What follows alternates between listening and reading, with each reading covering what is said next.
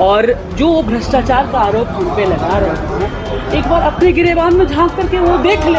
यहाँ के लीडर्स को दरकिनार किया गया, उनको अपने लीडर्स पे कोई विश्वास नहीं है और दिल्ली से प्रेस कॉन्फ्रेंस कर रहे हैं। अब दिल्ली में बैठे हुए लोगों को, यहाँ के लोगों को की यहाँ की परिस्थिति की कितनी समझ है वो तो हम और आप जानते हैं। सरकार तो विधानसभा नहीं चलाने के पक्ष में है।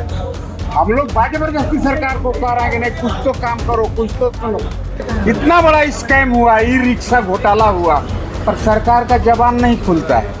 झारखंड में बढ़ते भ्रष्टाचार की गूंज अब दिल्ली तक सुनाई दे रही है। जी हाँ, नमस्कार, जोहार। इस वक्त आप देख रहे हैं ग्लोबल मीडिया अपडेट और मैं हूं आपके साथ श्रेया उपाध्याय। झारखंड विधानसभा में इस वक्त हम मौजूद हैं और झारखंड विधानसभा के बजट सत्र का आज 14वां दिन है।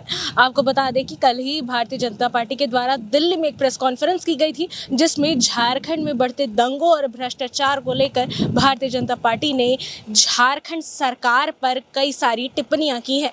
इसको लेकर आज तमाम विधायकों से और मंत्रियों से बातचीत करने की कोशिश करेंगे। निसंदेह बहुत सारे मुद्दे उठेंगे और आज कहीं ना कहीं स्वास्थ्य को लेकर सरकार को तमाम विधायक, हमें लगता है कि पार्टी के विधायक क्या बात करेंगे, क्योंकि राज्य में स्वास्थ्य की व्यवस्था काफी लाचार है।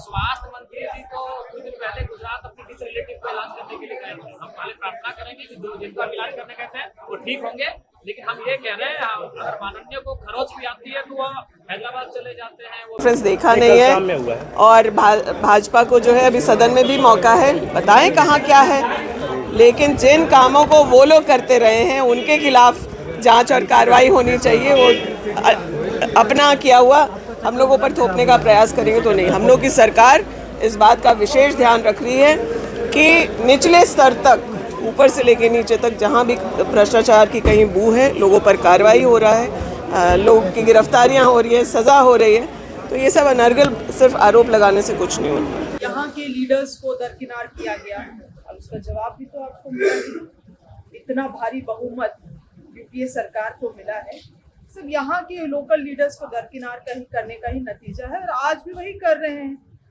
इनको अपने लीडर्स पे कोई विश्वास नहीं है और दिल्ली से प्रेस कॉन्फ्रेंस कर रहे हैं। अब दिल्ली में बैठे हुए लोगों को, यहाँ के लोगों को की यहाँ की परिस्थिति की कितनी समझ है वो तो हम और आप जानते हैं। ये लोग लैब में जाके इश्यूज बनाते हैं। इनका जो इश्यूज है वो ग्राउंड में अगर आप देखेंगे तो एग्जिस्ट ही नहीं करती।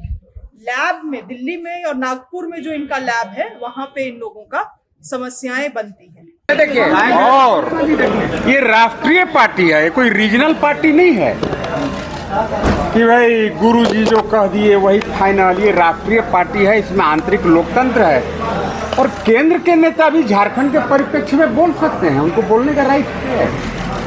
इसमें तो कुछ ऐसा बात, लोग विधानसभा में नहीं बोल रहे हैं, एकजुटता नहीं दिख रहा है। विधानसभा में भारतीय जनता पार्टी के सभी विधायक काफी, ये सवाल जवाब से, सरकार जवाब से भाग रही है। सरकार को लगता है कि कैसे विधानसभा एडजर्न हो जाए।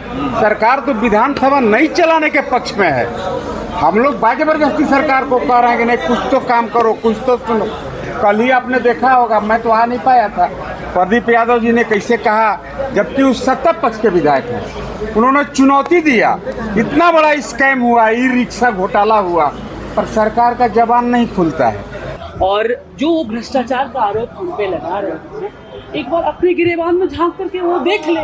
और इतना ही अगर वो प्रेस कॉन्फ्रेंस कर रहे हैं तो वो क्यों नहीं अपने प्रधानमंत्री से कहते हैं, या करके ओपन प्रेस कॉन्फ्रेंस क्यों नहीं कर लेते हैं? वो ब्लॉग बनाते हैं 1.5-2 घंटे का।